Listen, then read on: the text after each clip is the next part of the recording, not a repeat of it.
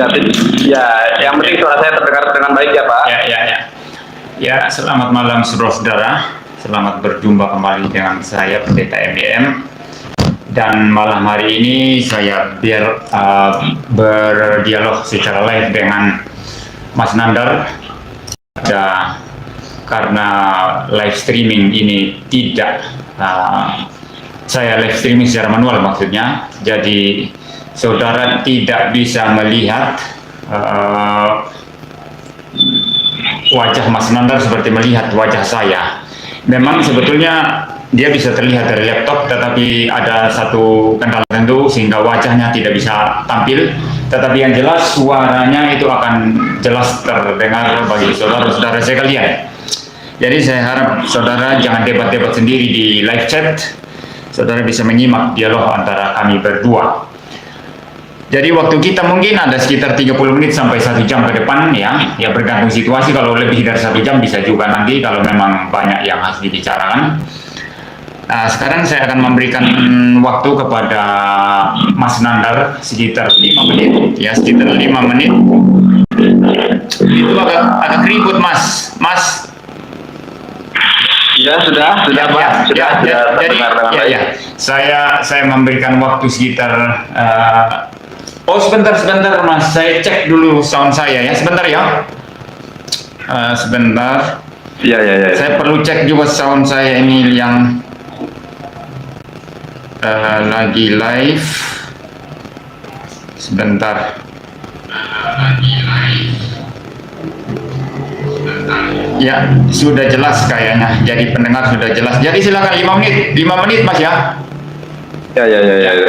Ya. Sebelumnya saya mau bertanya terlebih dahulu. Ya, sebentar ya. Jadi topik kami malam hari ini itu adalah apakah Nabi Muhammad, nabinya orang Islam itu dinubuatkan di dalam Alkitab? Itu topiknya. Ya, silakan. Mau tanya apa? Sebelum menyampaikan materi ya.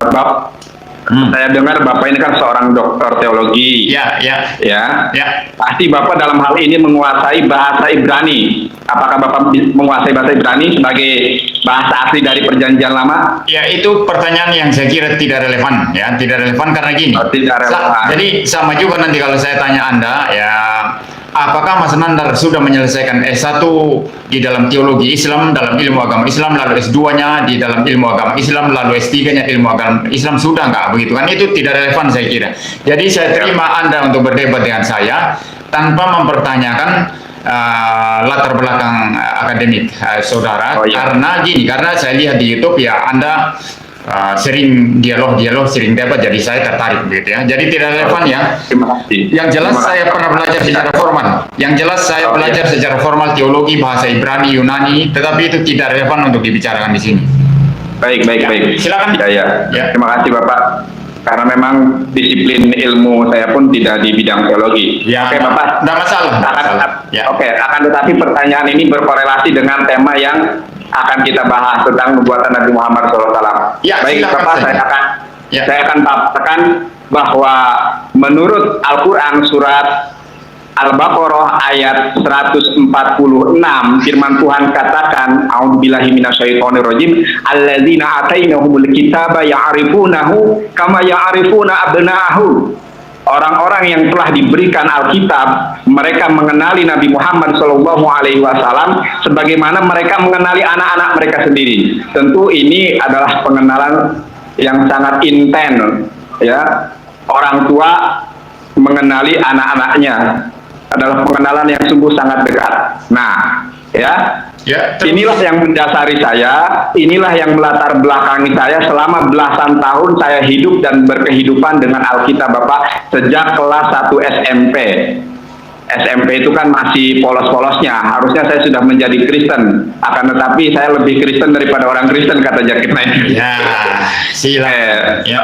Oke Bapak. Nah, saya eksplorasi Alkitab ya, saya dapati di dalam Sir Hasirim pasal ke-5 ayat ke-10, di situ disebutkan di dalam bahasa Ibrani Dodi cahwe adu dagul mere papa. Nah, ini bahasa Ibraninya Pak.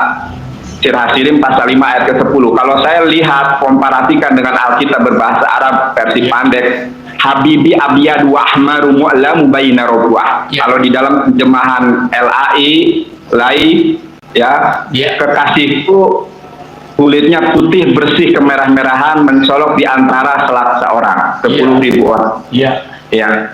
Dan saya berusaha mengidentifikasi, ini kan premis mayor, ternyata premis minornya adalah Nabi Muhammad SAW. Kenapa saya mengatakan demikian? Karena dari perjalanan Al-Ahdu Al-Qadim, perjanjian baru, perjanjian lama mohon maaf, sampai dengan Al-Ahdu Al-Jadid, perjanjian baru, tidak ada satupun manusia yang kulitnya putih bersih kemerah-merahan mencolok di antara 10.000 orang kecuali Nabi Muhammad SAW, Bapak. Dan ini umat Islam mengenalnya dalam peristiwa Fathul Mekah, pembukaan kota Mekah, di mana Rasulullah SAW membawa 10.000 pasukan menginvasi kota Mekah tanpa ada setetes darah pun yang tertumpah di dalam penaklukan kota Mekah ini. Dan kalau kita melihat, Bapak mungkin nanti bisa melengkapi khazanah keilmuannya dengan membeli atau membaca buku Sirah Nabawiyah. Di halaman-halaman terakhir ada sub khusus tentang ciri karakteristik Nabi Muhammad SAW. Nabi Muhammad SAW itu sosok ganteng, lebih ganteng dari Nabi Yusuf. Kulitnya itu putih kemerah-merahan, Bapak. Dan saya melihat ayat ke-10, ayat ke-11, ke-12, 13 itu adalah ciri-ciri Nabi Muhammad SAW. Dan ayat ke-16-nya mengidentifikasi Bapak hikomam takim wehullah Muhammadim jiduti wazirrai benot Yerusalem. Teman-teman mengatakan itu Mahmadim Nandar, bukan Muhammadim. Setelah saya cross check, itu kan hurufnya terdiri dari mem. Sebentar ini yang Anda maksud berarti itu Kidung Agung 5 ayat 16 mungkin yang ada Muhammadimnya. Jadi premis mayornya kan ayat 10 itu, clue-nya 11, 12, 13. Dan ayat ke-16-nya premis minornya, begitu. Hikmam takim wahullah Muhammadin ciduti wajarai ben Yerusalem. Di situ tuh bukan Mahmadim, akan tetapi Muhammadin. Ini terbukti ketika saya mentranslate kata mem, head, mem, dalet itu Muhammad bukan Mahmad. Kalau kita melihat di kamus Ibrani Inggris itu mem, head, mem, dalet itu Muhammad, Bapak. Begitu. Terima kasih, mungkin Bapak menanggapi terlebih dahulu. Mau tanggapan yang ringan atau yang langsung berat? mau tanggapan yang ringan atau yang langsung berat? Bapak silakan, saya sudah berdebat dengan pendeta Torosofi STH MTH. Oh gitu. Tetapi banyak ngambang. Mudah-mudahan Bapak bisa memberikan jawab yang tepat, yang dapat menguatkan keyakinan teman-teman dari terima kasih. Ini saya kasih yang ringan tetapi nggak usah ditanggapi ya. Kemudian nanti saya kasih yang berat, itu yang harus ditanggapi ya. Jadi gini. Anda berkata bahwa lebih tepatnya tadi itu apa? Bukan Muhammadim tetapi apa? Menurut Anda tadi apa? Muhammadim? Halo? Kan Muhammadim. Tapi sebetulnya di sana tertulis kan Muhammadim ya. Itu lengkapnya itu hikomam takim wakulo Muhammadim, kan begitu ya. Jadi ini bisa diperdebatkan, silakan saja. Tetapi intinya bukan itu sekarang ya. Yang saya mau tanya, Anda kan mengutip dari Alkitab, kan begitu, untuk membenarkan bahwa Nabi Anda itu sudah dinubuatkan, kan begitu ya, mencari semacam justification justifikasi dari Alkitab, kan begitu ya. Jadi pertanyaan fundamental sebetulnya yang perlu Anda perhatikan dari saya adalah, sebelum Anda mengutip Alkitab, terlebih dahulu Anda harus melihat Alkitab itu sebagai satu standar, sebagai satu indikator yang bisa dipercaya, yang bisa dirujuk untuk membenarkan klaim Anda, kan begitu ya. Jelas ya. Nah, maka indikator atau standar ini mestinya itu haruslah sesuatu yang memang bisa dipercaya, layak dipercaya, kan begitu. Nah, pertanyaan saya, apakah Anda cukup mempercayai Alkitab sebagai satu standar yang bisa Anda pakai untuk kemudian Anda rujuk dan membenarkan klaim Anda bahwa memang itu bagian yang Anda rujuk tadi itu menubuatkan tentang Nabi Anda. Begitu. Jadi Anda harus menjawab ini, apakah Anda percaya Alkitab adalah standar yang bisa dirujuk begitu? Ini pertanyaan saya. Silakan. Oh ya. Ya, terima kasih Bapak. Sepertinya pertanyaan Bapak ini mengutip dari atau hampir senada dengan pertanyaan Pak Lamsen Naibaho yang pernah bertanya. Saya tidak mengutip dia. Justru ini teknik saya.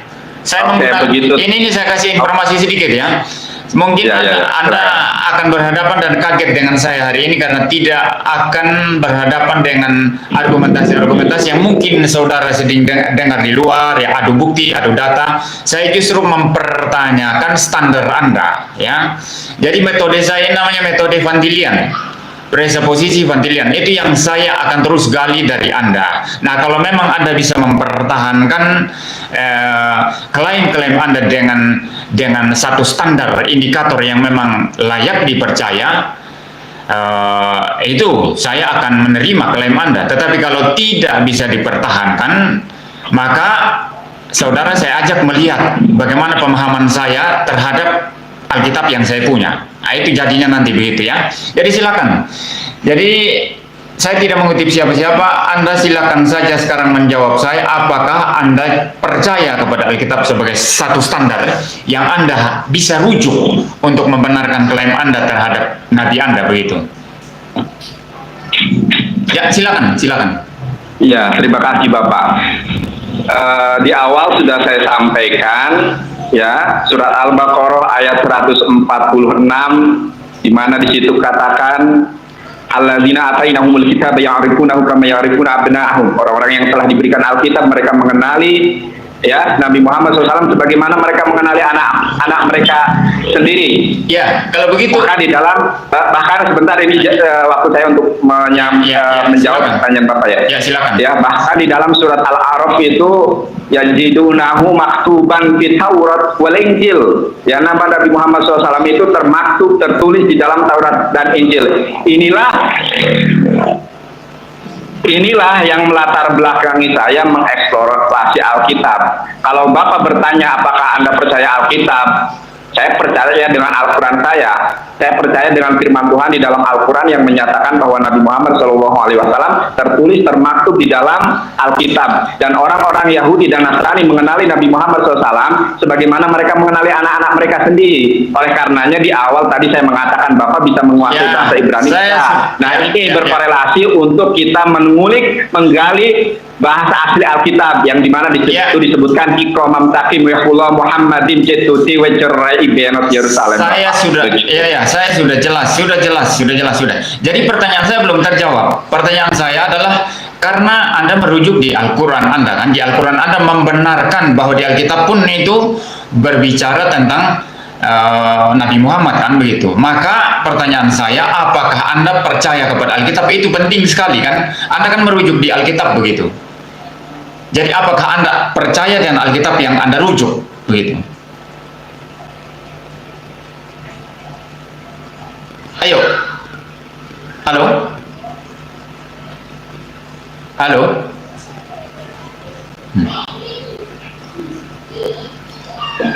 Ya. Jadi apakah Anda percaya dengan Saya ulangi, mohon maaf tadi mikrofonnya kepencet. Jadi apakah gini loh, jadi gini, Anda kan merujuk di Al-Quran Anda tadi kan ya, di situ membenarkan bahwa di Alkitab itu Nabi Anda pun dibicarakan di sana kan begitu. Nah, pertanyaan saya, apakah Anda percaya dengan Alkitab atau tidak? Itu penting sekali karena Anda merujuk kepada Alkitab. Ya. Oke, jadi Saya kira jawab, enggak, saya butuh jawaban. Ada asbabun nuzul, sedangkan di dalam hadis itu ada asbabul wurud. Nah, Bukan. saya akan menjelaskan kepada Bapak ya. Pertanyaan Bapak itu hampir serupa atau bisa ya dijawab dengan ya hadis Nabi Shallallahu Alaihi Wasallam. Jadi Nabi Muhammad SAW itu pernah didatangi, bukan Nabi Muhammad SAW, Umar kalau tidak salah itu. Umar pernah didatangi oleh orang-orang Yahudi atau orang Nasrani membawa Alkitab begitu. Nah, ketika Umar membaca, ketika Umar memegang itu, maka Umar mengadu kepada Rasulullah SAW ya terkait didatanginya Umar oleh orang-orang ahlul kitab dan menginjili Umar begitu. Kata Rasulullah SAW, janganlah engkau membenarkan apa yang mereka terima atau mereka pegang, dan jangan pula engkau mendustakan. Ya, ini kan sikap pertengahan. Artinya apa?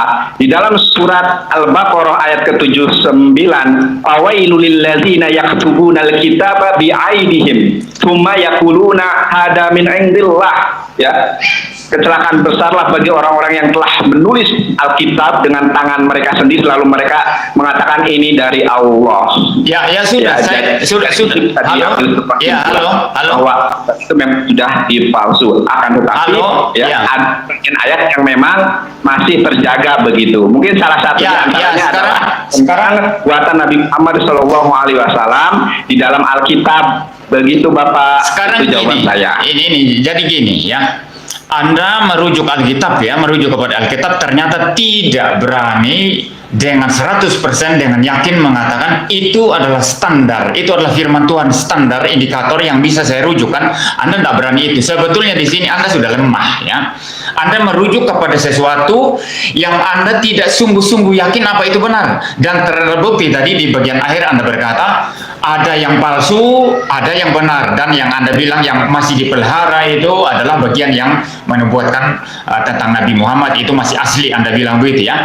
Jadi gini loh, saya kasih tahu secara ilmiah itu, kalau mau akademik mau ilmiah itu, untuk membuat satu klaim yang Anda betul-betul klaim sebagai 100% benar ya, dan saya menganggap klaim Anda ini 100% benar, bahwa Alkitab khususnya Kidung Agung pasal 5 ayat 10 dan seterusnya sampai ayat yang ke-16 itu menubuatkan Nabi Muhammad, dan Anda itu klaim dengan sangat yakin, dengan 100% yakin begitu.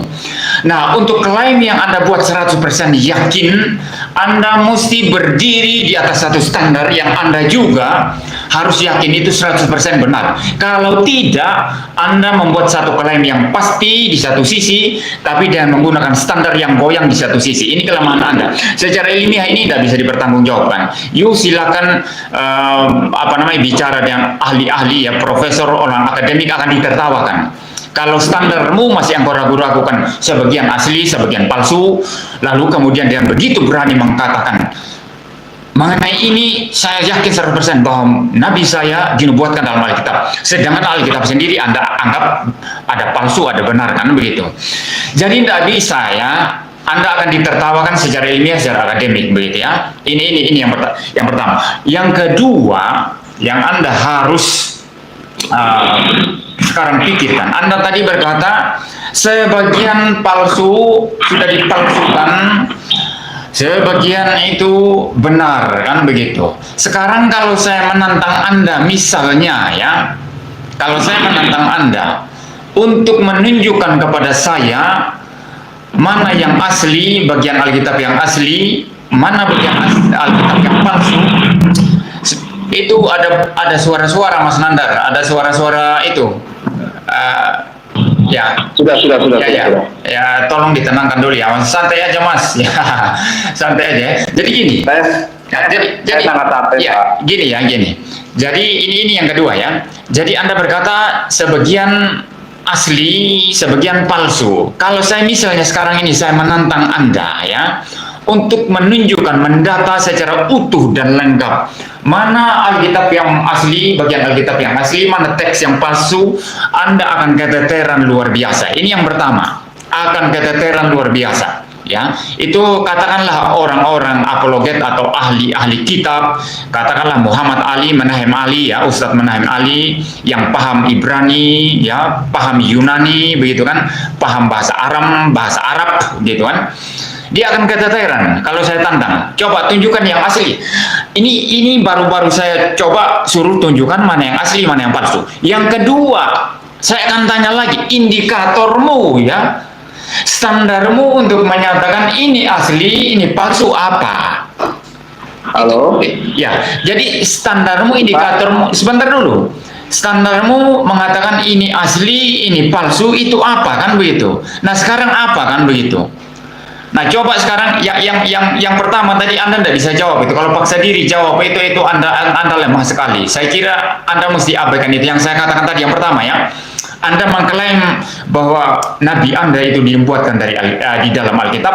Anda klaim itu benar 100%, sedangkan Anda, standar Anda yang Anda rujuk yaitu Alkitab, Anda katakan sebagian palsu, sebagian benar. Berarti Anda berdiri di atas satu indikator atau standar yang tidak pasti, itu akan ditertawakan orang, ya. Anda mungkin coba jawab yang kedua saja ini, ya.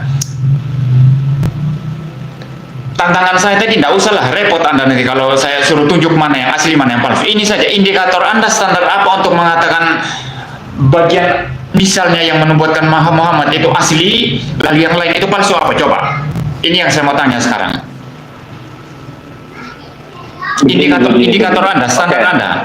Ya, bicara yang ilmiah, begini. Bicara yang ilmiah, ya, begini. Bicara yang logis dan ilmiah, jangan hanya sekedar Anda rujuk-rujuk ayat Al-Quran lalu baca bahasa Arab. Saya tidak butuh itu, ya. Coba. Begini, Pak. Tadi itu adalah sebuah pemaparan saya yang mendeskripsikan bahwa Nabi Muhammad SAW termasuk di dalam Alkitab. Dalam hal ini baru satu ayat saya, ya, itu Sir Hasirim pasal 5 ayat ke-10. Ya. Akan tetapi tidak ada tanggahan dari Bapak justru bertanya sesuatu yang di luar, ya, atau out of the south. Tidak Baik, gini. Halo Bapak. Sebentar Begini, dulu. Bapak. Sebentar. Halo Bapak. Ya. Ini kan waktu saya berbicara. Bapak tadi berbicara panjang lebar, saya dengarkan. Ya. Sekarang coba. saya waktunya berbicara. Ya, coba. Mohon maaf, tolong Bapak dengarkan. Jangan seperti sang debater, saya berbicara dipotong. Nah, ayo silakan coba. Ya. Gelar akademis kita tidak jauh berbeda, kita sama-sama orang akademik. Jadi dalam hal ini harus kooperatif dan profesional, Bapak. Terima kasih. Oke, saya coba. paparkan, ya. Jadi saya tadi sudah memaparkan tentang nubuatan Nabi Muhammad SAW. Adapun standarisasinya adalah Al-Quran. Saya meyakini 100% apa yang dikatakan Al-Quran tadi surat Al-Baqarah 146 itu adalah sebuah kebenaran. Oleh karenanya saya mengeksplorasi mulai dari SMP.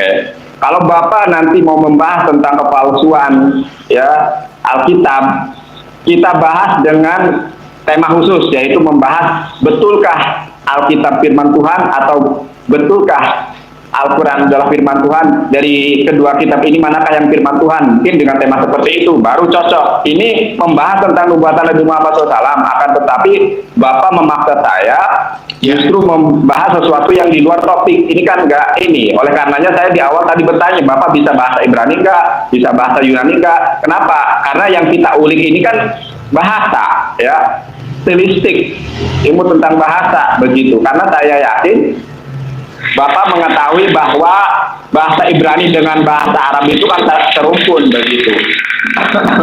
Ya, sudah. Pak. Sudah. Yang harus sanggah itu adalah Sir Hasirim pasal 5 ayat ke-10 harus mengantitesa. Tadi kan sudah saya jelaskan panjang lebar, Bapak. Masa yang ditanggapi justru tentang kepalsuan Alkitabnya. Bukan. Harus tanggapi adalah nubuatan Nabi Muhammad SAW di dalam Sir Hasirim pasal 5 ayat ke-10. Harusnya Bapak mengatakan ini bukan, ini adalah Solomon, misalnya seperti itu. Keliru Anda. Ya.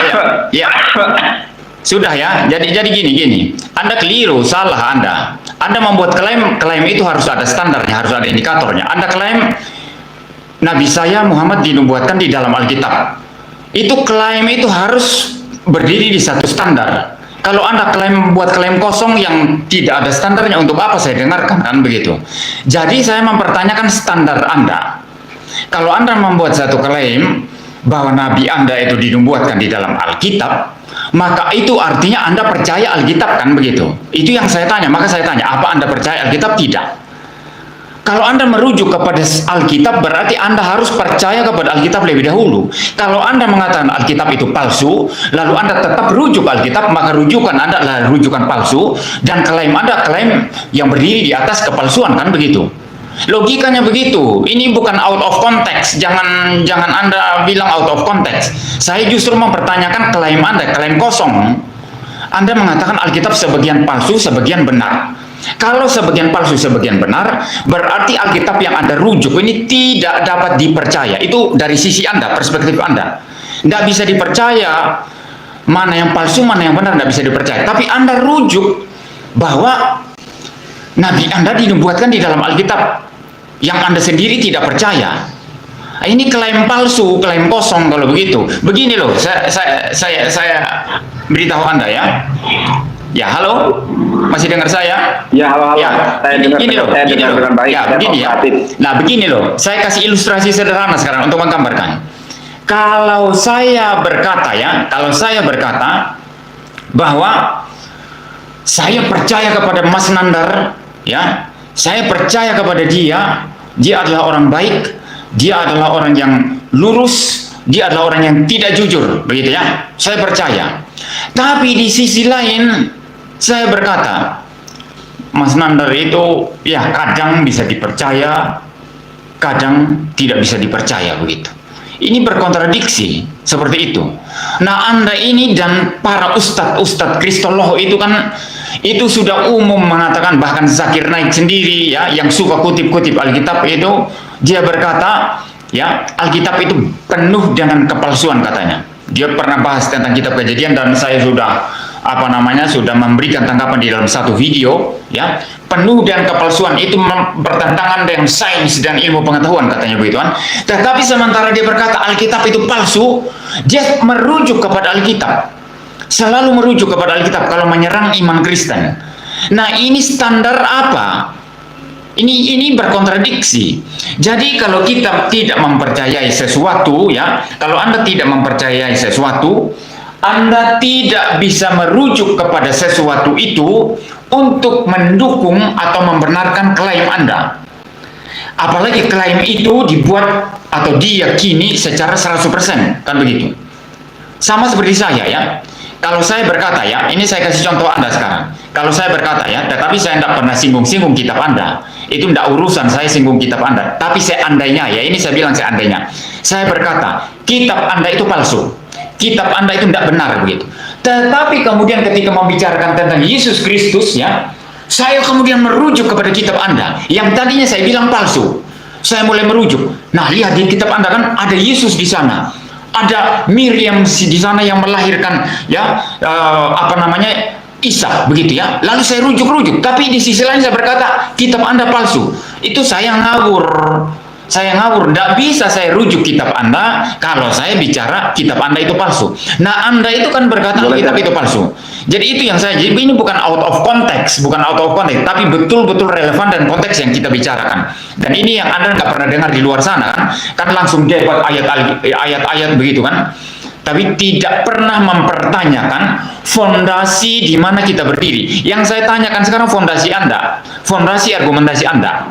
Dan tak bisa dipertanggungjawabkan, tak bisa. Kalau dulu Ustadz Masyud di Surabaya itu ya paham argumentasi saya, dia tidak punya jawaban sebetulnya. Tapi kan cuma modal ngotot, minum racun kan begitu. Dan saya waktu itu ya terganggu dengan penonton yang sorak-sorekan gitu ya. Ya silakan. Ya waktu Anda sekarang. Ya. Fondasinya sebenarnya sudah jelas ya, bahkan firman Tuhan sendiri mengatakan amantu billahi wa malaikatihi wa kutubihi wa rasulihi. Kami beriman kepada Allah, kepada para malaikat, dan kami beriman kepada kitab-kitab yang telah diturunkan sebelum Al-Quran. Ada Torah, ada Mazmur Daud, kemudian ada Injil. Kami percaya Pak, ini fondasi saya. Jadi kalau Bapak mengatakan saya tidak punya fondasi yang kuat, percaya. Bahkan Islam dan Al-Quran hadir ke dunia ini dengan mempercayai bahwa kitab-kitab tersebut yang sudah saya katakan itu memang pernah ada gitu kan, pernah diturunkan oleh Tuhan ya, akan tetapi memang diduga telah mengalami hal-hal atau manipulasi atau sebuah distorsi. Nah, dan di dalam surat Al-Baqarah saya tekankan sekali lagi, kan di situ jelas firman Tuhan katakan bahwa di dalam Alkitab itu ada loh nama Nabi Muhammad ya, di dalam surat Al-A'raf ada Nabi Muhammad gitu. Yang disebut dengan sebuah kepalsuan, palsu itu bukan berarti semuanya memang salah, akan tetapi ya sebagian itu memang ada sebuah kebenaran. Tolak ukurnya apa? Tolak ukurnya itu adalah Al-Quran, begitu Bapak. Sesuatu yang sebentar Pak, saya belum selesai tadi Bapak. Terus saya diam aja. Ya, terus minum aqua dulu kalau haus ya. Ya, terus lanjut. Terima kasih Bapak. Ya, ternyata Bapak lebih bagus daripada pendapat lainnya dalam arti. Enggak juga, saya cepat marah kalau ada itu penonton yel-yel, ibu-ibu goyang-goyang itu saya marah cepat itu. Kalau gini ya santai aja, apa marah apanya.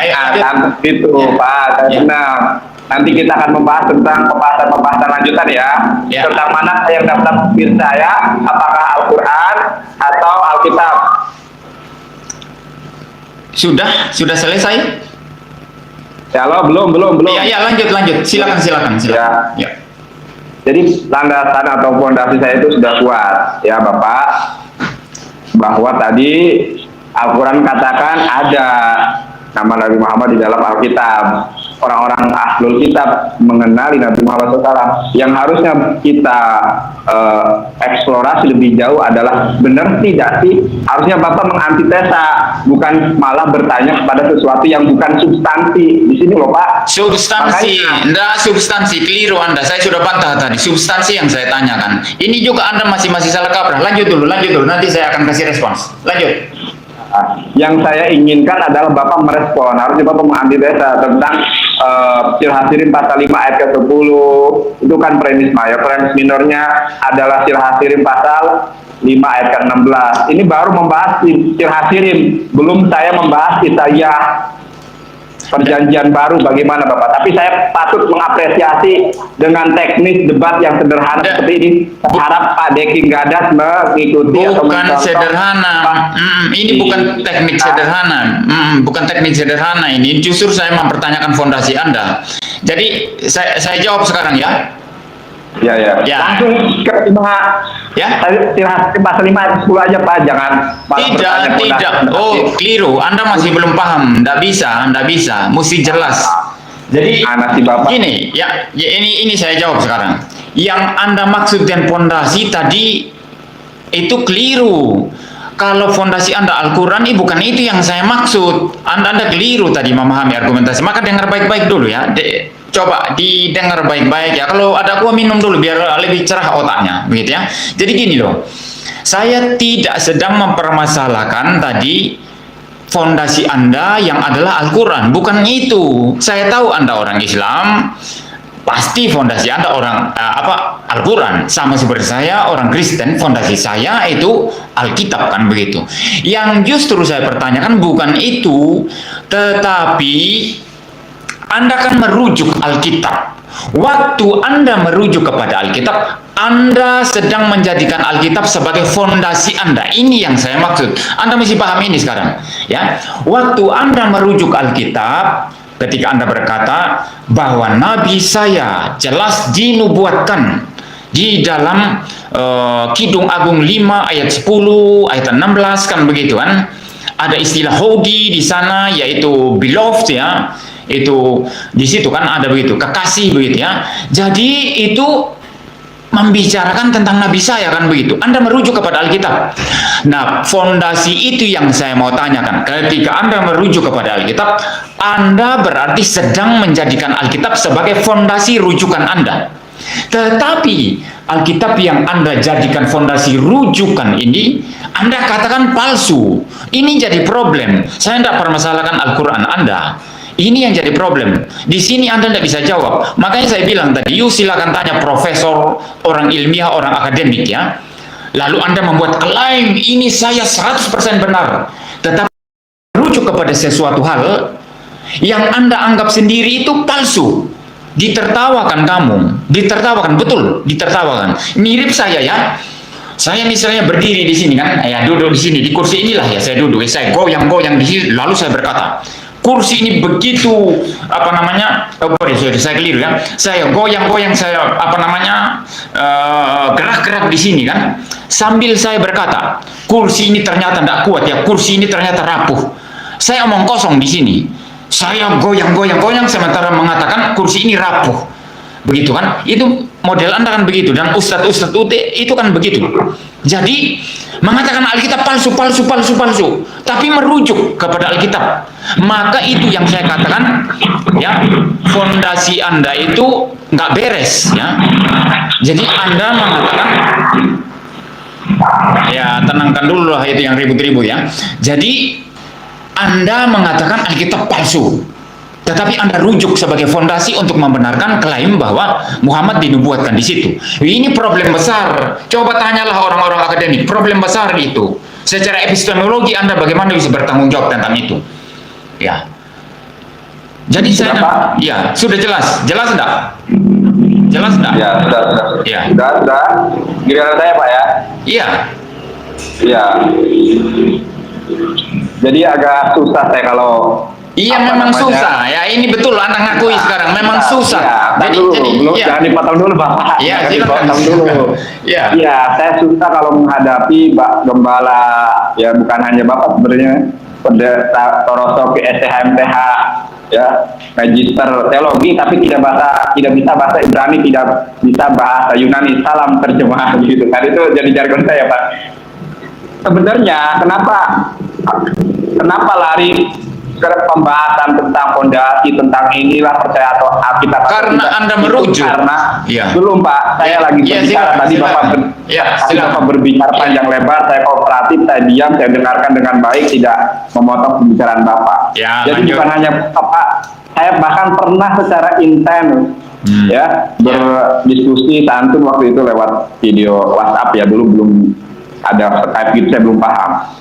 Pendeta sendiri ngaku nih, pendeta kelas kondang di Surabaya itu, tidak penting belajar bahasa Ibrani, tidak penting belajar bahasa Yunani, yang penting kita menyampaikan warta kebenaran bahwa Yesus adalah juru selamat. Nah inilah yang menjadi dasar kenapa ya teman-teman Kristiani ketika saya menyampaikan nubuatan Nabi Muhammad SAW dari kelas kristal, jemaat kristal, Kristen Natal yang hanya ke gereja pas Natalan doang, kristal bukan itu dari Pak Gembala Sidang juga. Ada yang bilang kristal, Kristen Natal begitu. Sampai dengan sekelas doktor teologi seperti Bapak ini tidak menguasai bahasa Ibrani, tidak menguasai bahasa Yunani, akhirnya susah untuk mengantitesa dalil dasar saya tentang nubuatan Nabi Muhammad SAW di dalam Alkitab Bapak. Ini entry point-nya Bapak. Begitu. Kalau Bapak terus-terusan tidak ada inti pembahasan, ya akhirnya kan jadi debat kusir Bapak. Bukan debat kusir, saya jawab sekarang ya. Keliru lagi Anda, bukan debat kusir ini. Saya mempertanyakan fondasi Anda tadi dan Anda tidak bisa bertanggung jawab. Anda bingung kan? Ini berarti apa? Anda membuat klaim di atas satu fondasi yang tidak bisa dipertanggungjawabkan. Fondasi saya jelas. Ya, tadi kan Loh, Anda belum selesai. Belum Bapak. Oh silakan coba. Ya. Fondasi saya jelas tadi Bapak. Fondasi saya itu Al-Quran. Bukan itu, Anda belum. Saya potong senda ini, saya langsung potong saya daripada melebar buang waktu kita nanti. Anda belum paham. Waktu Anda merujuk Alkitab, Anda menjadikan Alkitab sebagai fondasi Anda. Itu maksud saya. Tetapi Anda katakan Alkitab itu palsu. Ini bagaimana kan begitu? Ini problem. Anda tidak paham ini. Gini loh. Anda mesti paham ini dulu.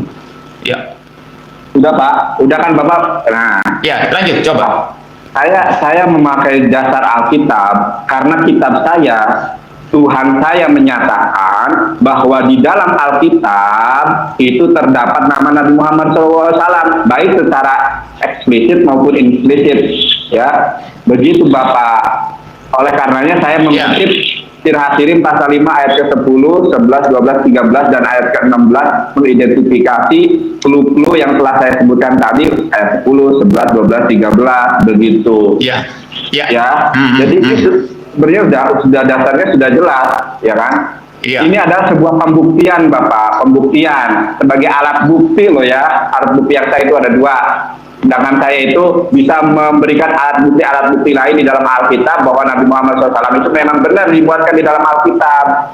Firman Tuhan sendiri katakan di dalam Al-Quran begitu, Bapak. Jadi harusnya Bapak ini to the point aja, itu bukan Tidak. Muhammad loh. Yang benar seperti ini. Tetap Karena bermasalah. itu, Bapak. Ya, sudah ya. Saya jawab ya. Ya, sekarang giliran saya. Jadi gini, Anda mengatakan saya standarnya Al-Quran. Karena Al-Quran saya mengatakan bahwa Nabi saya ada di Alkitab, maka saya percaya begitu. Nah, kalau Al-Quran Anda perhatikan sekarang logikanya ya. Ini saya obok-obok logika Anda ini. Kalau Al-Quran Anda mengatakan bahwa Nabi Anda itu ada di Alkitab, berarti Al-Quran Anda menjustifikasi Alkitab itu benar. Berarti Al-Quran mengakui Alkitab saya. Nah, mengapa Anda sendiri kalau Al-Quran mengakui Alkitab saya sebagai benar lalu dirujuk ya tentang adanya Muhammad di sana, mengapa Anda mengatakan Alkitab saya palsu? Jadi Anda berkontradiksi dengan Quran Anda sendiri. Ini saya obok-obok logika Anda sekarang. Anda tidak akan menemukan debat-debat di luar sana. Saya obok Anda sekarang ini. Ya, jadi gini loh, saya perjelas lagi ya. Biar dengar baik-baik step by step ya. Al-Quran Anda mengatakan ya, Al-Quran Anda mengatakan Alkitab itu menubuatkan tentang Muhammad. Berarti di sini Al-Quran sedang menjustifikasi, sedang memberikan pembenaran terhadap Alkitab. Ya, karena kalau betul Nabi Anda itu dinubuatkan dalam Alkitab, ya, dan Quran mengakui itu, maka mau tidak mau Quran itu dia sedang membenarkan Alkitab. Nah, kalau Quran, pertanyaan saya sekarang, kalau Quran sendiri ya, ini saya coba bahas dari perspektif Anda. Kalau Quran sendiri itu ya, menurut Anda merujuk kepada Alkitab bahwa Muhammad dinubuatkan di sana, ya, dan dengan demikian Quran Anda itu membenarkan Alkitab, mengapa Anda dan ustadz-ustadz lain itu mengatakan Alkitab palsu? Silakan terus. Jadi panjang lebar Pak, nanti saya close statement ya. Saya jawab dengan gamblang juga, silakan. Terus sudah closing statement ya, sudah tidak apa-apa. Jadi gini, jadi Anda serba salah ya. Ini coba Anda, saya sarankan belajar logika ya. Logika kacau balau semua ya. Jadi Anda merujuk kepada sesuatu yang Anda katakan palsu, tapi mengatakan saya terima itu karena Quran saya mengatakan Alkitab, di dalam Alkitab itu ada Muhammad, begitu kan? Loh, justru kalau begitu Al-Quran sedang membenarkan Alkitab. Kalau Quran membenarkan Alkitab, mengapa Anda sendiri mengkritik Alkitab sebagai palsu? Serba salah Anda di sini. Ini yang pertama. Saya kira Anda tidak bisa jawab itu ya. Coba tanya ilmu logika lah, ahli logika lah begitu. Anda akan bisa jawab, pusing ya. Karena memang Anda berdiri, tuduhan Anda itu ya dibangun di atas klaim palsu, klaim kosong begitu, yang tidak ada buktinya. Lalu yang kedua, Anda berkata tadi, ini saya tertarik menanggapi sekarang. Ada banyak pendeta orang Kristen berkata bahasa Ibrani, Yunani tidak penting. Siapa yang bilang begitu? Saya tidak bilang begitu. Saya bilang saya belajar formal, ya. Tentu saya pernah belajar Ibrani, belajar Yunani. Bahkan di Belanda saya pernah belajar bahasa Aram ya, walaupun saya tidak ahli karena bidang saya bukan ahli bahasa ya, tetapi saya belajar. Jadi saya tidak pernah menyangkal bahwa Ibrani Yunani tidak penting. Tetapi sekarang ini apa? Itu belum esensial untuk masuk di sana karena saya mempertanyakan standar Anda dan standar Anda goyah tidak bisa dipertanggungjawabkan. Dari tadi bingung. Saya coba menjelaskan Anda tidak ngerti-ngerti, bingung karena memang Anda ini epistemologinya, standarnya, presupposisinya itu kacau semua kan begitu. Ya, coba closing statement. Ya, silakan. Ya, statement. Terima kasih Bapak. Kalau masalah diskusi itu kan bukan menang dan kalah ya Pak ya. Tidak, betul ya. Betul. Ya. Terima kasih. Jadi saya senang kalau berdiskusi sampai seperti ini. Ya. Silakan. Ya, saya ingin mendakapi, terserahlah Bapak mau mengatakan apa, yang penting dasar saya itu adalah jelas, yaitu firman Tuhan di dalam surat Al-Baqarah 146 ya. Dan umat Islam pun kami di dalam Al-Quran memang Bapak sudah saya berulang kali katakan amantu billahi wa malaikatihi ya wa kutubihi wa rasulihi ya, kami itu percaya pada Allah Khalik langit dan bumi yang telah mengutus Abraham, Moses, Yesus, Masia. Percaya saya. Dan percaya saya juga kepada para malaikat Gabriel, malaikat Mikael, dan seterusnya. Dan saya juga percaya kepada kitab. Nah, ini entry point yang harus Bapak dengar. percaya kepada kitab-kitab yang telah diturunkan oleh Allah oleh langit dan bumi, yaitu Taurat, Mazmur Daud, Injil, begitu. Nah, masalahnya memang Al-Quran kami, Tuhan kami nyatakan bahwa sebagian isi dari Alkitab memang sudah tidak orisinil lagi. Bukan saya yang mengatakan, tapi firman Tuhan di dalam Al-Quran. Lalu bagaimana dengan nubuatan Nabi Muhammad SAW di dalam Alkitab? Ya, maka standarisasi atau tolak ukur kami adalah Al-Quran. Kalau bersesuaian dengan Al-Quran, maka dia adalah kebenaran. Begitu Bapak, terima kasih. Ya, ya. Sudah selesai?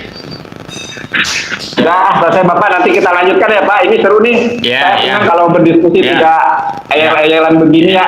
Ya, saya. Bagaimana Bapak? Ya, saya Terima juga. kasih Bapak. Ya, silakan Sudah. saja. Saya juga mau memberikan. Ya, terima kasih. Ya, memberikan closing statement saya. Ya. Jadi Ustadz Nandar ini kan istilahnya itu dia mengatakan Alkitab itu di satu sisi itu palsu, ya, tapi di sisi lain dirujuk, kan begitu. Jadi sebetulnya dia merujuk kepada sesuatu yang tidak bisa dijadikan standar, begitu. Tetapi katanya saya pegangannya adalah Al-Quran, kan begitu. Jadi Al-Quran dipegang karena Al-Quran itu berkata bahwa nabinya itu nabinya itu dibuatkan di dalam Alkitab. Dengan demikian sebetulnya Al-Quran itu kan menjustifikasi, ya, Alkitab, membenarkan Alkitab, begitu. Tetapi para ustadz ini, ya, seperti Ustadz Nandar ini kemudian mengatakan Alkitab palsu. Nah, ini jadi kacau, ya. Jadi secara logika jadi kacau, kan begitu. Lalu yang berikutnya, kalau ini, ya. Udah prosedurnya udah Pak. Ya, silakan saja Anda kalau mau tinggal. Saya akan terus masih membicarakan tentang ini. Ya, kalau Anda mau tinggal ya silakan ya. Ya, kalau Ya, terima kasih ya, Pak. Ya, kalau nanti kita lanjutkan Ya. dengan pembahasan lain Pak. Bagaimana Bapak? silakan Atau saja. masih di dalam pembahasan ini akan Kalau dikasih ayat-ayat yang lain? Begitu. gini, menurut saya pembahasan ini Anda buntu di sini, tidak bisa jawab saya. Itu coba tanya profesor atau ahli logika atau ahli filsafat, tidak bisa jawab, ya. Ini dalam poin ini. Bapak, Jadi- saya juga belajar ilmu filsafat Bapak, masalahnya Iya, Bapak itu tapi nggak nyambung Bapak itu tadi. tertutup. Ya, jadi gini. Allah ala qulubihim wa ala sam'ihim wa ala absorihim. Jadi Ya. kita sih kalau sudah tertutup Bapak, kebenaran itu sudah nampak di depan mata tapi Bapak tidak mau menerimanya. Enggak ada kebenaran, tidak ada kebenaran. Justru yang saya Terima pegang, kasih, Pak. justru yang saya pegang yang benar. Ya sudah ya, saya akan lanjutkan penjelasan saya. Ini karena ada penonton YouTube saya juga, saya live streaming. Ya, Bapak, boleh saya sampaikan sesuatu mungkin kepada para Ya. penggemarnya Verbum Veritatis? ya, silakan. Penggemar Veritatis saya tidak pernah ngasir ketika diajak diskusi. Bahkan nih sekarang saya lagi diskusi dengan apologet Kristen papan atas, Bapak Doktor Muriwali Yanto Matulu. Oleh karenanya kepada Verbum Veritatis, jadi Anda silahkan buat teknik debat sesederhana ini. Nah, biar terrealisasi, jangan ada sebuah asumsi atau suuzon bahwa saya ngasir. Saya tidak akan pernah ngasir di dalam menyampaikan firman Tuhan, mewatakan kebenaran, karena saya itu tujuan saya adalah agar teman-teman itu terlawat, terjamah hatinya menjadi pribadi baru, manusia baru di dalam iman. Terima kasih Bapak atas malam ini. Insya Allah kita lanjutkan pada pembahasan selanjutnya. Ya, sudah ya. Jadi saya bicarakan. Jadi gini, ada pesan dari Mas Nandar ini tadi kepada mungkin Pak Deki, ya, Verbum Veritatis. Sebetulnya saya nggak lari katanya ini, tetapi kalau terlalu rumit itu prosedurnya, dia kesulitan begitu. Dan memang waktu saya tawarkan untuk live streaming pakai StreamYard, dia memang menolak, nggak bisa katanya, ya. Jadi kalau pakai laptop saya nggak bisa, langsung aja sederhana pakai Skype gitu. Jadi saya live streaming manual ini, ya. Ya, sayang tadi dia memang nggak bisa tampilkan gambar karena ada di luar katanya begitu. Jadi pesan saya kepada Pak Deki, katanya Dr. Deki, bisa diatur lebih sederhana katanya begitu supaya kita bisa live katanya begitu. Tapi itu ya terserah dua belah pihak ini, ya, itu di luar daripada urusan saya lah begitu. Silakan saja atur begitu. Jadi saya kembali tadi poinnya begini ya.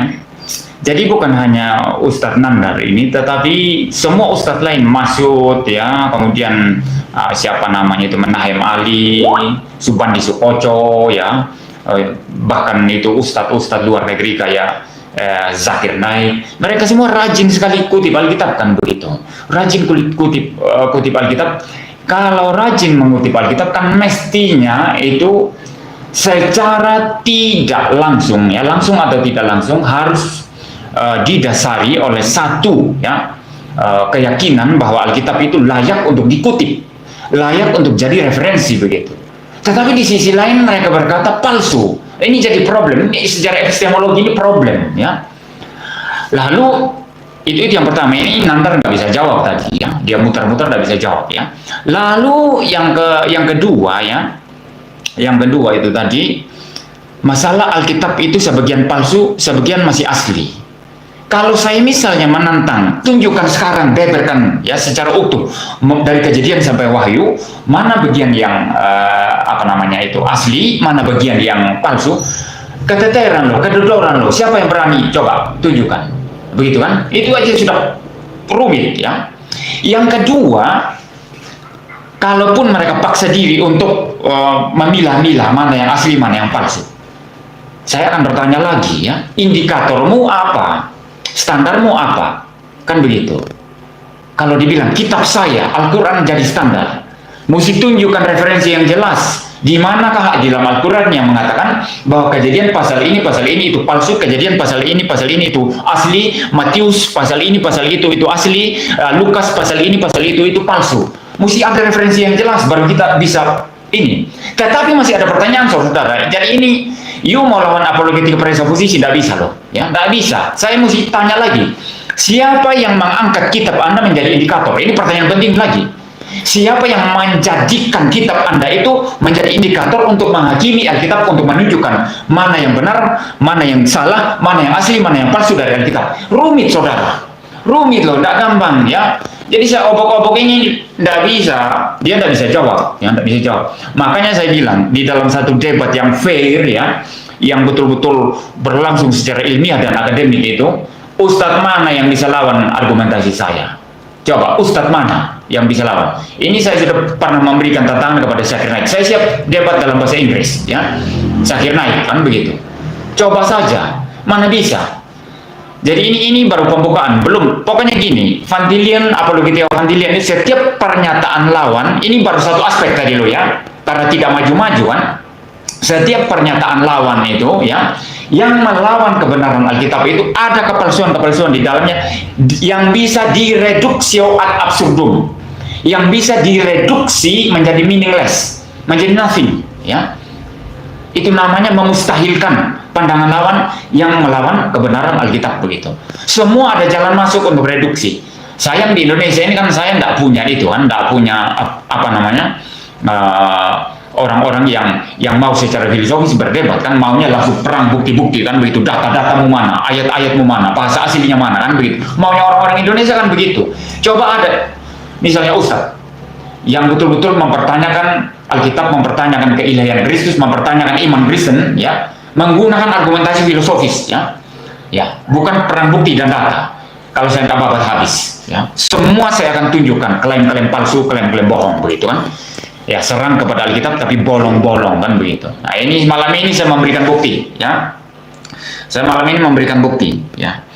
Jadi saudara, itu saja yang saya kira bisa saya sampaikan di dalam pertemuan kali ini. Semoga setelah ini ada banyak orang yang tertarik dengan metode Van Dilian ya, dan saya siap untuk belajar bersama-sama dengan saudara-saudara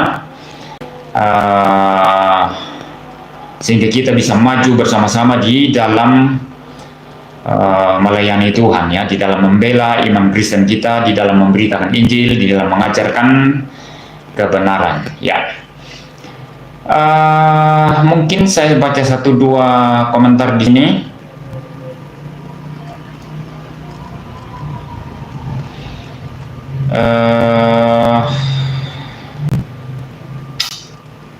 Ini tidak ada juga ya. ini dari Wahyu Andira ya. Ada 3 problem yang akan diajukan MYM, tapi baru keluar 1 dah kacau, 2, 3 belum keluar. Ya betul ya. Sebetulnya nggak ada jalan keluar ini, nggak ada jalan keluar. Gini loh, Van Tillian itu begini, tesisnya Van Tillian ini gini, sesuatu yang berdiri di atas kepalsuan itu bisa dibongkar. Semua itu bisa direduksio ad absurdum, ya, bisa dimustahilkan, ya, bisa direduce ya menjadi unintelligible, ya, semua, ya.